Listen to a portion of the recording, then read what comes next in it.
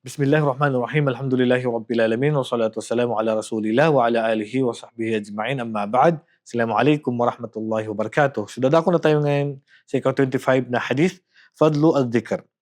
Sa hadith na sinasabi Abi Dharr radhiyallahu anhu aydan anna nasa min ashabi Rasul sallallahu alaihi wasallam qalu lin Nabi sallallahu alaihi wasallam, may mga tao sa panahon ng propeta sallallahu alaihi wasallam, mga sahaba, sabi nila, ya Rasulullah, dhahaba ahlu dusur bil ujur. Ya Rasulullah, yung mga mayayaman humahakot na sila ng gantimpala. Yusalluna kama nusalli, nagsasala sila katulad ng pagsasala namin. Wa yasumuna kama nasum, nag-aayuno sila katulad ng pag-aayuno namin. Wa yatasaddaquna bifuduli amwalihim, nagbibigay sila ng kawang-gawa sa mga sobra-sobra sa kanilang mga kayamanan. Qala walaysa qad ja'ala Allahu lakum ma tasaddaqun, at hindi ba ginawa ng Allah na pwede kayo makapagbigay ng sadaka? Inna bikulli tasbihatin sadaka, pag sabi mo ng subhanallah sadaka, pag sabi mo ng Allahu Akbar sadaka, pag sabi mo ng walhamdulillah sadaka, pag sabi mo ng la ilaha illallah sadaka, pag utos mo ng kabutihan sadaka, pag babawal mo ng masama sadaka, at paggalaw mo sa asawa mo sadaka, wa fi budi ahadikum sadaka. Qalu ya Rasulullah, ya'ti ahaduna shahwatahu wa yakunu fiha ajrun? Ya Rasulullah, kapag ba yung lalaki ay nakaramdam ng pagnanasa, ay magkakaroon pa siya ng gantimpala sa bagay na yan? Qala ara'aytum law wada'aha fi haram, akana alayhi fi wizrun? Hindi ba pag ginamit ito sa haram, magkakasala siya? Pagkadalika idha wada'aha fil halal kana lahu ajrun. At ganun din pag ginamit niya sa halal, magkakaroon siya dito ng gantimpala. Rawahu Muslim. Hadis ay kasratu turukil khair, ang pagdami ng daan sa kabutihan. An Abi Hurairah radhiyallahu anhu qala Rasulullah sallallahu alaihi wasallam, kullu sulama minan nasi alayhi sadaqa. Lahat ng parte ng katawan ng tao pwede magkagawa ng sadaka. Kullu yawmin yatla'u fihi shams ta'dilu bayna ithnayn sadaqa. Aw tu'inu ar-rajul fi dabbati fatahmilu alayhi sadaqa o tarfa'u lahu alayha mata'u sadaqa. So yung pagtulong mo lang sa pangkalahatan, nagkakaroon ka ng gantimpala. Itaas mo lang yung gamit niya, tinulungan mo, inassist mo lang, may gantimpala ka na. Wal kalimatu tayyibatu sadaqa, pag sabi mo ng magandang salita, sadaqa. Wa bikulli khutwatin tamshiya ila salati sadaqa. Yung paglakan mo papunta sa masjid, sadaqa. Wa tumitu al-ada ani tariqi sadaka. Pagpulot mo ng dumi sa daan, sadaka. So napakadaming pwede natin gawin para magkaroon tayo ng sadaka. So yung harang, yung mga dumi, yung mga tusok, yung makapagbawal ka ng masama, makapag-utos ka ng mabuti, makapangiti ka sa kapatid mo, makapagbigay ka ng tulong kahit konti, makapagbigay ka ng tubig, lahat yan ay sadaka. Napakaraming gantimpala naghihintay sa atin kung ito ay alam lang natin ang mga kabutihan na ito. Ito ay rawahul Bukhari wa Muslim. Hadis na ta'riful birri wal itham, ang kahulugan ng kabutihan at kasalanan. Sa hadis ni Nawas bin Sam'an radhiyallahu anhu anna Nabi sallallahu alaihi wasallam qala al-birru husnul khuluq wal ithmu ma haka fi nafsika wa karihta an yattali alayhi an-nas.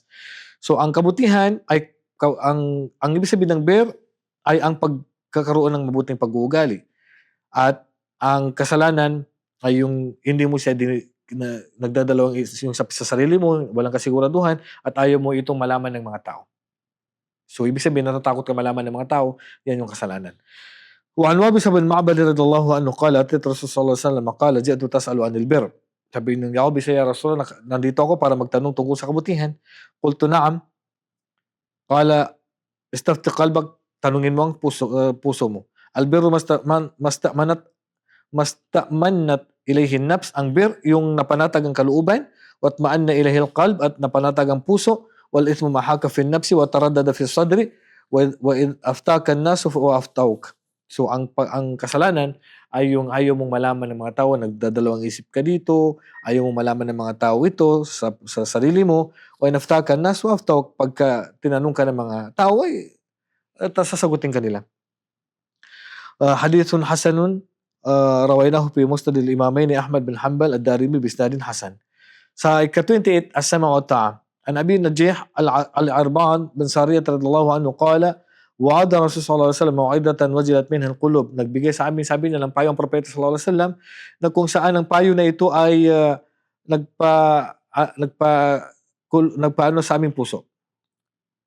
Wa darapat minha al-uyun, at nagpaluha sa aming mga mata. Faqulna ya Rasulullah,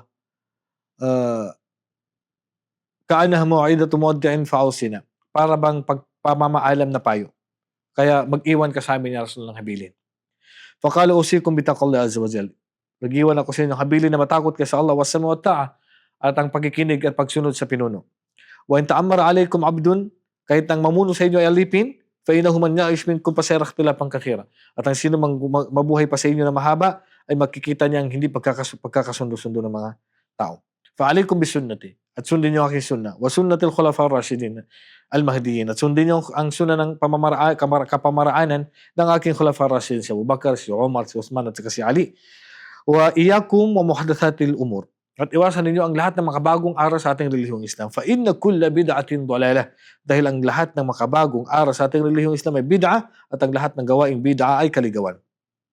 Kaya nga naman, sa hadith ni Mu'adh bin Jabal radhiyallahu anhu, qala qultu ya Rasulullah, akhbirni bi'amalin yudkhilul jannah wa yuba'iduni 'anil nar. Ya Rasulullah, balitaan mo ako ng isang gawain na makakapasok sa akin sa paraiso at ilalayo ako sa impyerno.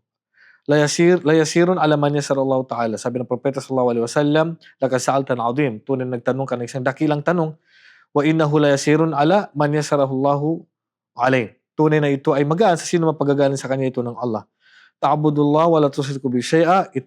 Sambahin mo ang Allah, huwag kang magtambal sa kanya, wa tuqimus salat, tayo mo ang sala, wa tu'tiz zakah, bigay ka ng zakah, wa tasumu Ramadan, magayuno ka sa buwan ng Ramadan, wa tahujjul bait, at magsagawa ka ng pagsahaj sa buwan ng Dhul-Hijjah. So abangan natin ang karugtong nito. Wallahu a'lam, wa sallallahu ala nabiyina Muhammad wa ala alihi wa sahbihi ajma'in. Assalamu alaikum warahmatullahi wabarakatuh.